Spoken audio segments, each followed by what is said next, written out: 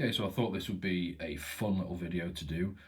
It's the top 10 highest testosterone countries on the entire planet, but more importantly, why they are higher testosterone than the UK, the US, these Western countries, and also what we can learn and what we can do about our own sort of lifestyles and what we can learn from it and apply so that we can have some ourselves. So I've got a bit of a list here, and in no particular order. We've got Mongolia, Uzbekistan, Azerbaijan, Croatia. Croatia, is that accurate? Croatia, Cameroon, Ethiopia, Congo, Nigeria, Saudi, and Sudan. Notice how, minus Croatia, these are all less advanced countries, which I think is interesting, because the more advanced the country gets, the easier life seems to get as well.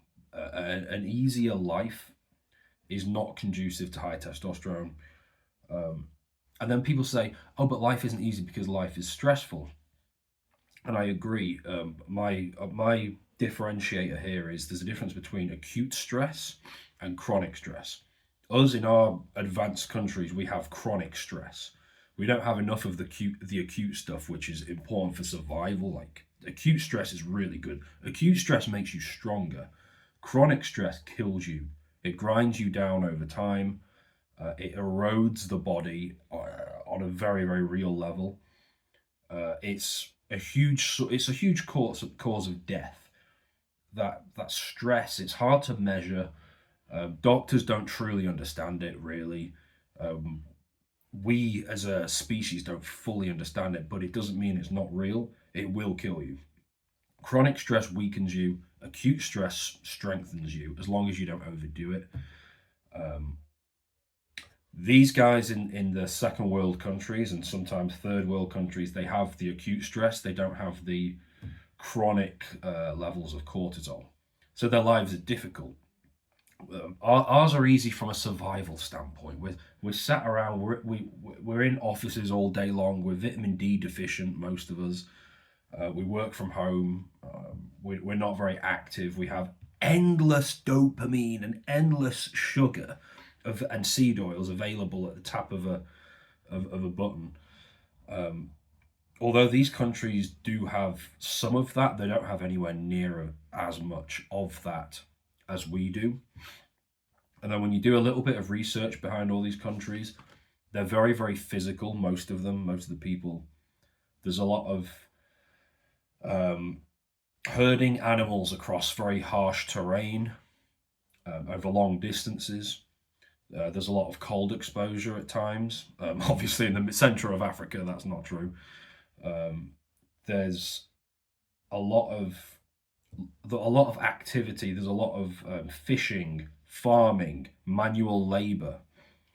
I've actually had a couple of clients, one in Australia, one in somewhere else, who are doing manual labor. They're out in the sun all day. Once they fixed their diet, their testosterone levels just took off, and their physique and things like that. But also, another common theme with these countries is none of them are really, really high in that northern hemisphere. So, like Scandinavia, Canada. And I know this isn't particularly useful for guys who aren't going to move country, but I think it says a lot about vitamin D3 levels. I think it says a lot about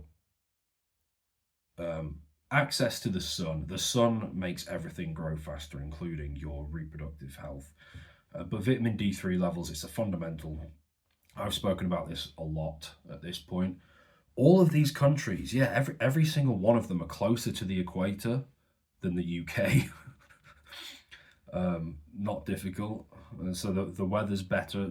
Well, the weather's not always better, but it's closer to the equator. And life is just harder.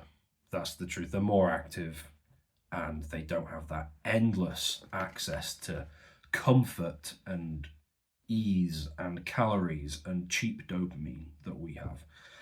And they're outdoors more. So Is the answer to move to Saudi or Sudan? No. Um, I think the answer is to get more activity, general activity, obviously lifting, very, very intense training for that acute cortisol, um, but more general activity. So instead of like sitting down at the desk for 8 hours, like try and get out more, have more breaks, get more sunlight, obviously, but just move around more. Cold showers are a good one. Making life slightly harder for yourself physically, not mentally or emotionally.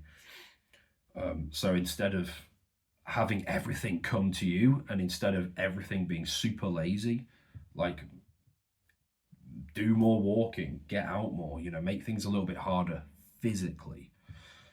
Um, you don't want comfort, you don't want physical ease. That's how I would approach this. Um, Now, if you want to boost your own testosterone, and especially within a 10-day period, like really fast gains, check out this video where I talk about the 10-day testosterone challenge. Um, this is just a challenge I'm talking about. This isn't a program or a course, or it's free. I'm just talking about things that you can do very quickly in terms of massively improving your testosterone levels. Challenge yourself, and I think you'll find it very, very useful.